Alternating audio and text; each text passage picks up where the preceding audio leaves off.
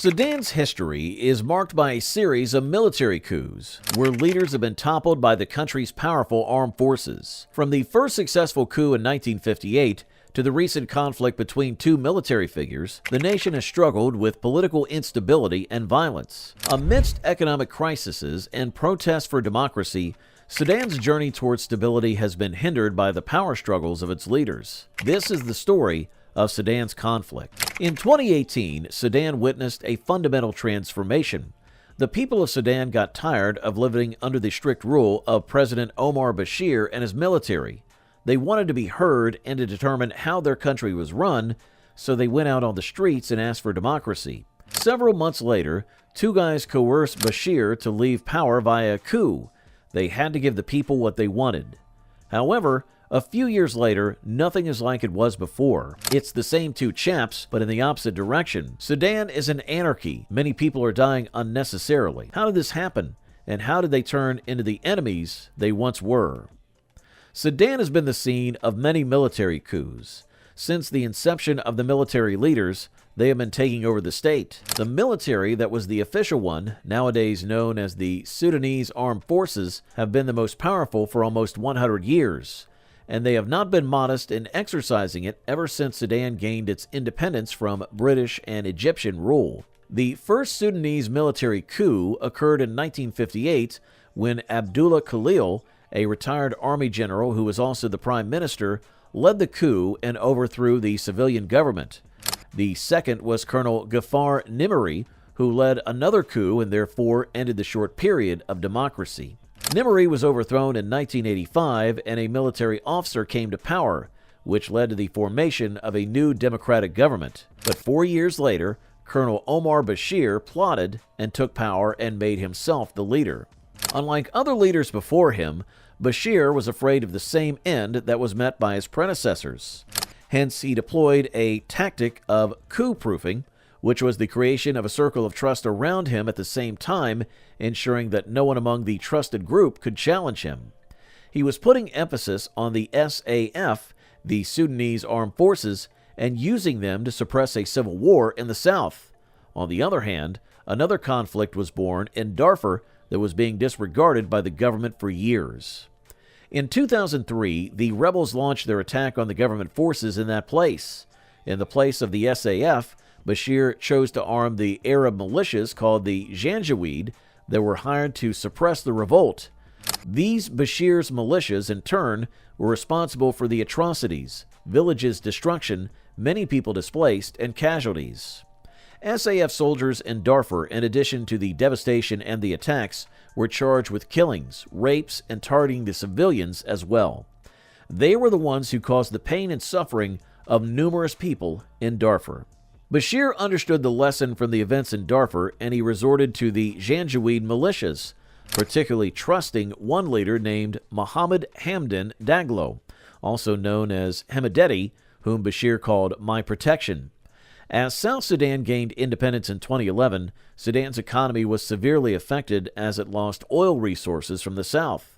To consolidate his power, Bashir decided to give the Janjaweed the name of the Rapid Support Forces in 2013, and firstly he put them under the National Intelligence and Security Service, which was another of his allies. The SAF was the main force to fight in Darfur, but the RSF's main task was to protect Bashir personally. In 2017, Bashir executed the move of putting Hemedti and the RSF directly under his command to strengthen his grip on them. He gave Hemedti financial freedom and allowed him to do all the bad things like smuggling gold and minerals, deploying troops to conflict areas for money-making, and so on. Concurrently, Bashir kept SAF active in the profitable industries like arms manufacturing and telecommunications. Bashir's actions only enriched the two forces further, while civilians continued to endure. In 2018, Sudan went through an economic crisis that had a great impact on the country's budget, as the majority of the budget was allocated to the security sector and left little for the ordinary Sudanese to meet their basic needs. This ignited a wave of protest all over the nation that later focused on Khartoum, the capital. The president, Bashir, and his supporters from the RSF and SAF forces as well as other security sectors, refused to give up power despite the people's cries for democracy. Although the protests continued, it was clear to the RSF and SAF that Bashir's leadership had become less profitable to them. On April the 11th, 2019, the SAF commanders, in partnership with Hemedti, leaders of the RSF, were able to oust Bashir from power. This decision took everyone by surprise, even Bashir, the former dictator.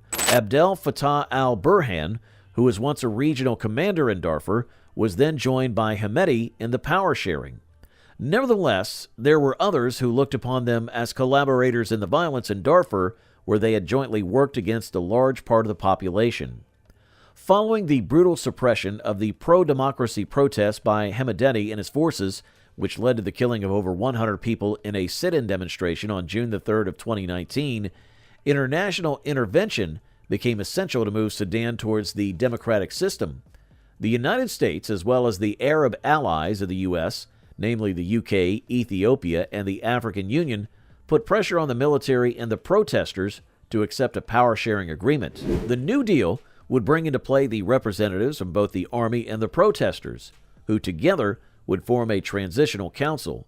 The military would have 21 months of control, whereas civilians would have power for 18 months. It implied that the military would eventually have to give up control to civilian officials to govern the country. In spite of warnings from protesters, the Transitional Council named Burhan as the chief and Hemedti as the vice chair. At the beginning, the council complied with the power-sharing agreement by appointing Abdallah Hamdok as the new prime minister. Nevertheless, the military coups staged by Burhan and Hemedti in October of 2021, as well as the subsequent resignation of Hamdok in January of 2022, proves that the military interventions were not always in the interest of the country. This makes Burhan the actual leader of Sudan, while Hemedti is once again the number two.